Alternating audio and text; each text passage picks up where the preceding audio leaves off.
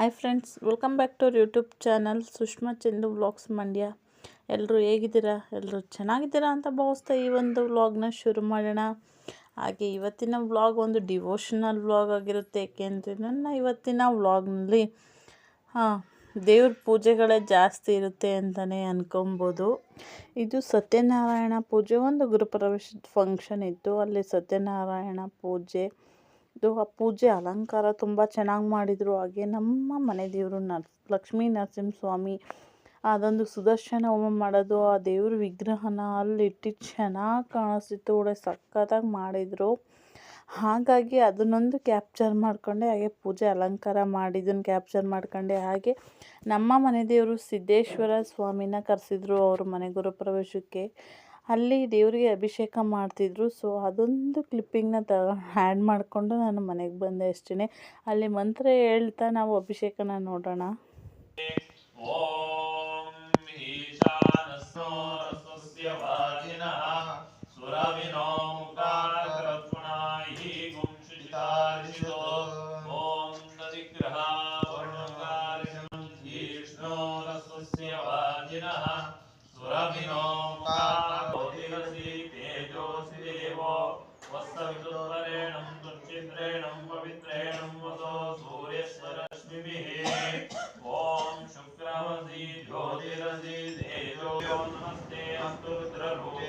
ಪೂಜೆ ಆಗಿರ್ಬೋದು. ಹಾಗೆ ನಮ್ಮ ಮನೆ ದೇವರು ಸಿದ್ದೇಶ್ವರ ಸ್ವಾಮಿಗೆ ಅಭಿಷೇಕ, ಹಾಲು, ಮೊಸರು, ಜೇನುತುಪ್ಪ, ಹಾಗೆ ನಂದಿನಿ ತುಪ್ಪದಲ್ಲಿ ಮಾಡಿದ್ರು. ಹಾಗೆ ಗಂಧ, ಸಕ್ಕರೆ, ಅರಿಶಿಣ, ಕುಂಕುಮ, ಗಂಧ, ಹೂವು ಎಲ್ಲ ಥರ ಅಭಿಷೇಕನ ಮಾಡಿದ್ರು. ತುಂಬ ಚೆನ್ನಾಗಿ ಅಲಂಕಾರನ ಮಾಡಿದ್ರು. ಹಾಗೆ ಅಲ್ಲಿ ಪೂಜಾರಿಗಳು ಇಷ್ಟು ಚೆನ್ನಾಗಿ ಪೂಜೆ ಮಾಡಿದ್ರು ಅಂತ ಹೇಳ್ಬೇಕಲ್ಲಿ. ಅಂದರೆ ಸ್ಟೆಪ್ ಬೈ ಸ್ಟೆಪ್ಪು ಒಂದಾದ್ಮೇಲೆ ಒಂದು ಯಾವ ಥರ ಪೂಜೆ ಮಾಡಬೇಕು, ಒಂಥರ ಅರ್ಜೆಂಟ್ ಥರ ಮಾಡಲಿಲ್ಲ. ನಿಧಾನಕ್ಕೆ ಟೈಮ್ ತಗೊಂಡು ಒಬ್ಬರು ಎಲ್ಲರ ಕೈಲೂ ಪೂಜೆನ ಮಾಡಿಸಿ, ಅಕ್ಷತೆನ ಮಾಡಿಸಿ, ಮಂತ್ರಗಳು, ಹಾಗೆ ಈಗೆಲ್ಲ ಒಂಥರ ಏನು ಬರುತ್ತೆ ಅದು ಹೆಸ್ರೇನೋ ನನಗೆ ಅದು ಹೇಳಕ್ಕೆ ಬರ್ತಿಲ್ಲ. ಹಾಗೆ ಅವರು ಈ ಪ್ರತಿಯೊಬ್ಬರಿಗೂ ಕೇಳಬೇಕು ಅಂತೇಳಿ ಮೈಕ್ನಲ್ಲಿ ಅವರು ಶ್ಲೋಕನ ಹೇಳ್ತಾಯಿದ್ರು, ಮಂತ್ರಗಳು ಹೇಳ್ತಾಯಿದ್ರು. ಕತೆ ಸತ್ಯನಾರಾಯಣ ಸ್ವಾಮಿ ಕಥೆನೂ ಕೂಡ ಹೇಳ್ತಾಯಿದ್ರು. ನಾನು ಎಸ್ಪೆಷಲಿ ಸತ್ಯನಾರಾಯಣ ಸ್ವಾಮಿ ಕತೆ ಕೇಳಬೇಕು ಅಂತಲೇ ಅನ್ಕೊತಿದ್ದೆ. ಹಾಗೆ ಕಥೆನ ಕರೆಕ್ಟಾಗಿ ಆ ಪೂಜೆ ಸ್ಟಾರ್ಟ್ ಆಗೋ ಟೈಮ್ಗೆ ಹೋದೆ. ಆ ಕಥೆನ ಕೇಳಿ ಪ್ರಸಾದ ತಗೊಂಡು ಮನೆಗೆ ಬಂದ್ವಿ. ಹಾಗೆ ನಮ್ಮ ಮನೆ ದೇವ್ರಿಗೂ ಕೂಡ ವರ್ಷಕ್ಕೆ ಒಂದೇ ಸತಿ ಹೋಗೋದು ನಮ್ಮಲ್ಲಿ ಇಲ್ಲಿ. ಹಾಗೆ ಇಲ್ಲೇ ನಮ್ಮ ಮನೆ ದೇವ್ರನ್ನ ನೋಡುವಂಥ ಭಾಗ್ಯನೂ ಕೂಡ ಸಿಕ್ತು. ಅವ್ರಿಗೆ ಥ್ಯಾಂಕ್ಸ್ ಅಂತ ಒಂದು ವಿಡಿಯೋ ಮುಖಾಂತರ ಹೇಳ್ಬೋದು ಅಷ್ಟೇ. ಏಕೆಂದರೆ ತುಂಬ ಮನೆ ದೇವ್ರುಗಳನ್ನ ಯಾರೂ ಅಷ್ಟಾಗಿ ಕರೆಸಲ್ಲ. ಕೆಲವೊಬ್ಬರು ಕೆಲವರು ಅವ್ರವ್ರ ಇಷ್ಟ ಹೆಂಗೆ ಬರುತ್ತೋ ಹಾಗೆ ಮಾಡ್ತಾರೆ.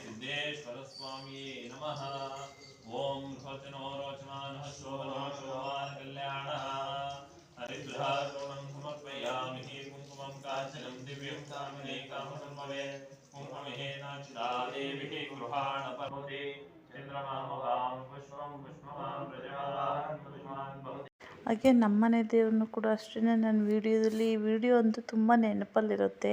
ಹಾಗಾಗಿ ವಿಡಿಯೋನ ಶೇರ್ ಮಾಡ್ಕೊಂಡಿದ್ದೀನಿ.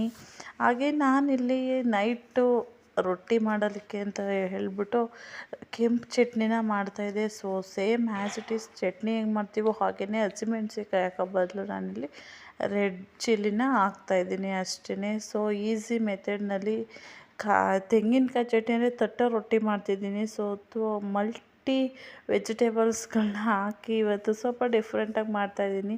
ಅದಕ್ಕೆ ಈ ಥರ ಕೆಂಪು ಚಟ್ನಿ ಮಾಡ್ಕೊಂಡ್ರೆ ಚೆನ್ನಾಗಿರುತ್ತೆ ಅಂತ ಅನ್ನಿಸ್ತು. ಹಾಗಾಗಿ ಈ ಥರ ಚಟ್ನಿನ ಮಾಡ್ಕೊಂಡೆ. ಹಾಗೆಯೇ ಚಟ್ನಿ ಆದ ತಕ್ಷಣ ಜಾರಲ್ಲಿ ನಾವು ರುಬ್ಬಿರ್ತೀವಲ್ಲ, ಏನಾದರೂ ಒಂದು ರುಬ್ಬಿದರೆ ಅದನ್ನು ತಕ್ಷಣ ನಾವು ಟ್ರಾನ್ಸ್ಫರ್ ಮಾಡ್ಕೋಬೇಕು. ಇಲ್ಲಾಂದರೆ ಕೆಳಗಡೆ ಜಾರು ಬುಷೆಲ್ಲ ಹಾಳಾಗುತ್ತೆ ಅಂತ ಈ ಜಾರ್ ರಿಪೇರಿ ಮಾಡೋರು ಹೇಳಿದರು. ಹಾಗಾಗಿ ಒಂದು ಟಿಪ್ ಅಷ್ಟೇ ನಿಮ್ಮ ಜೊತೆ ನಾನು ಶೇರ್ ಮಾಡಿಕೊಂಡೆ.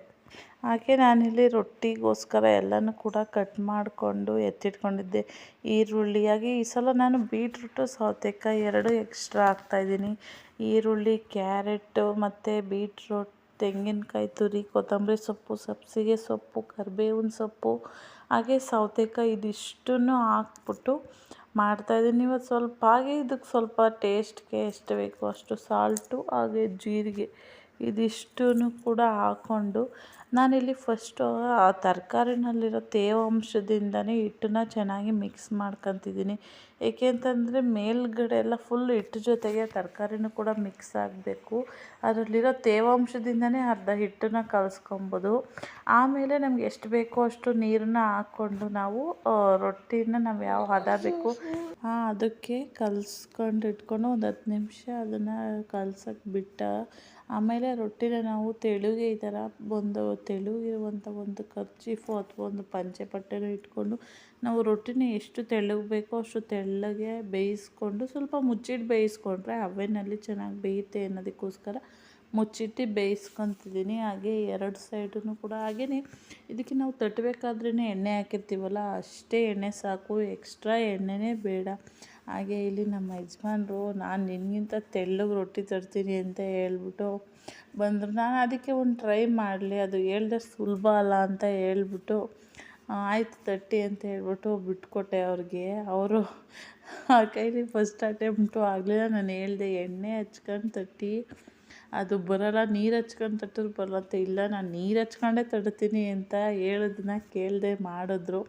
ಎಣ್ಣೆ ಕೊಟ್ರೂ ಈಸ್ಕೊಳ್ಳಿಲ್ಲ, ಆದರೆ ಅದು ರೊಟ್ಟಿ ಬರಲಿಲ್ವಲ್ಲ, ಬೇಡ ಅದು ನನಗೆ ಬರೋದಿಲ್ಲ, ಅದು ನೀನೇ ಮಾಡಿದ್ರೆ ಸರಿ ಅಂತ ಹೇಳ್ಬಿಟ್ಟು ಹೋದ್ರು. ನಾನು ಹೇಳ್ತಾಯಿದ್ದೆ ಯಾರು ಯಾವ ಕೆಲಸ ಮಾಡಬೇಕೋ ಆ ಕೆಲಸ ಮಾಡಿದ್ರೆ ಅಷ್ಟೇ ಅದಕ್ಕೆ ಬೆಲೆ ಇರೋದು. ಎಲ್ಲರೂ ಎಲ್ಲ ಕೆಲಸನೂ ಮಾಡೋಕ್ಕಾಗಲ್ಲ ಅನ್ನೋದು ಗೊತ್ತಾಯ್ತಾ ಅಂತ ಹೇಳ್ಬಿಟ್ಟು ಸುಮ್ಮನೆ ಹಂಗೆ ರೇಗಿಸ್ತಾಯಿದ್ದೆ ಅಷ್ಟೇ. ಆಮೇಲೆ ನಾನು ಹಿಂಗೆ ತೋರಿಸ್ದೆ, ಎಣ್ಣೆ ಹಚ್ಕೊಂಡು ತಟ್ಟಿದ್ದೆ ನೋಡು ಎಷ್ಟು ಚೆನ್ನಾಗಿ ಬಂತು ಅಂತ ಹೇಳ್ಬಿಟ್ಟು. ಹಾಗೆ ತೆಳುಗೆ ಅವ್ರು ಇನ್ನೂ ತೆಳುಗಬೇಕು ಅಂತಿದ್ರು. ನಾನು ನನ್ನ ಕೈಯಲ್ಲಿ ಎಷ್ಟು ಸಾಧ್ಯ ಆಗುತ್ತೋ ಆದಷ್ಟು ತೆಳುವಿಗೆ ರೊಟ್ಟಿ ತಟ್ಟಿದ್ದೀನಿ. ಸೊ ಚೆನ್ನಾಗಿತ್ತು. ಫೈನಲಾಗಿ ರೊಟ್ಟಿ ಅಂತೂ ಟೇಸ್ಟಿಯಾಗಿ ಸಖತ್ತಾಗಿತ್ತು. ಹಾಗೆಯೇ ಮತ್ತೆ ಬೆಳಗ್ಗೆ ಅದು ಈ ವ್ಲಾಗ್ ಬಂದು ಒಂದು 3-4 ಡೇಸ್ ವ್ಲಾಗು. ಹಾಗೆಯೇ ಇಲ್ಲಿ ತರಕಾರಿ ಫ್ರೈಡ್ ರೈಸ್ ಮಾಡೋಣ ಸಂಡೇ ಅಂತ ಹೇಳ್ಬಿಟ್ಟು ತರಕಾರಿಗಳು ಈ ಥರ ಕಟ್ ಮಾಡಿ ಇಟ್ನಲ್ಲ, ನಂಗೆ ಅದೊಂದು ನಮ್ಮ ಇಂಡಿಯನ್ ವ್ಲಾಗ್ ನೆನಪಾಯಿತು. ಹಾಗಾಗಿ ಅದೊಂದು ಕ್ಲಿಪ್ಪಿಂಗ್ನ ತಗೊಂಡೆ. ಹಾಗೆ ಸಂಡೇ ಆಗಿರೋದ್ರಿಂದ ಅವತ್ತು ಸ್ವಲ್ಪ ಲೇಟಾಗಿ ತಿಂಡಿ ಮಾಡಿದ್ರು ಆಗುತ್ತೆ ಅಂತ ಹೇಳ್ಬಿಟ್ಟು ನಾನು ಸ್ವಲ್ಪ ಟಿ ವಿ ಹಾಕೊಂಡು ನೋಡ್ತಾಯಿದ್ದೆ. ವಾಕ್ ಮುಗಿಸ್ಕೊಂಡು ಬಂದು ಪ್ರೇಮಲೋಕ ಫಿಲಮ್ ಹಾಕಿರೋದು ತುಂಬ ದಿವಸ ಆಗಿತ್ತು. ಈ ಪ್ರೇಮಲೋಕ ಫಿಲಮ್ನ ನೋಡಿ ಹಾಗೆ ನನಗೆ ಒಂದೇನೆಂದರೆ ಒಂದು ಸಾಂಗ್ನ ಕೇಳಿ ನನಗೆ ಕೆಲಸ ಮಾಡೋದು ಅಂತ ಅಂದರೆ ತುಂಬ ಇಷ್ಟ. ಹಾಗಾಗಿ ಸಾಂಗ್ಸ್ ಟಿ ವಿ ಹಾಕ್ಕೊಂಡು ನಾನು ಕೆಲಸನ ಮಾಡ್ತಾಯಿರ್ತೀನಿ. ಹಾಗೆ ಸಂಜೆ ದೇವ್ರು ಚೌಡೇಶ್ವರಿ ದೇವ್ರನ್ನ ಕರ್ಕೊಂಡು ಹೋಗಿದ್ರು. ಸೊ ಆ ದೇವ್ರನ್ನ ವಾಪಸ್ ಕರ್ಕೊಂಬರ್ಬೇಕಾದ್ರೆ ಪೂಜೆಗೆ ಅಂತ ಹೇಳಿ ಮಾಡಿಸ್ಕೊಂಡು ಬರ್ತಿದ್ರು ಬೀದಿನಲ್ಲಿ. ಹಾಗೆ ಅದೊಂದು ಕ್ಲಿಪ್ಪಿಂಗ್ನ ಆ್ಯಡ್ ಮಾಡ್ಕೊಂಡೆ ಅಷ್ಟೇ. ಹಾಗೆ ನಾನು ಇವತ್ತಿನ ವ್ಲಾಗ್ನ ಕೂಡ ಇಲ್ಲಿಗೆ ಎಂಡ್ ಮಾಡ್ತಾ ಮತ್ತೆ ಮುಂದಿನ ವ್ಲಾಗಲ್ಲಿ ಸಿಗ್ತೀನಿ ಅಂತ ಹೇಳ್ತೀನಿ. Thank you for watching.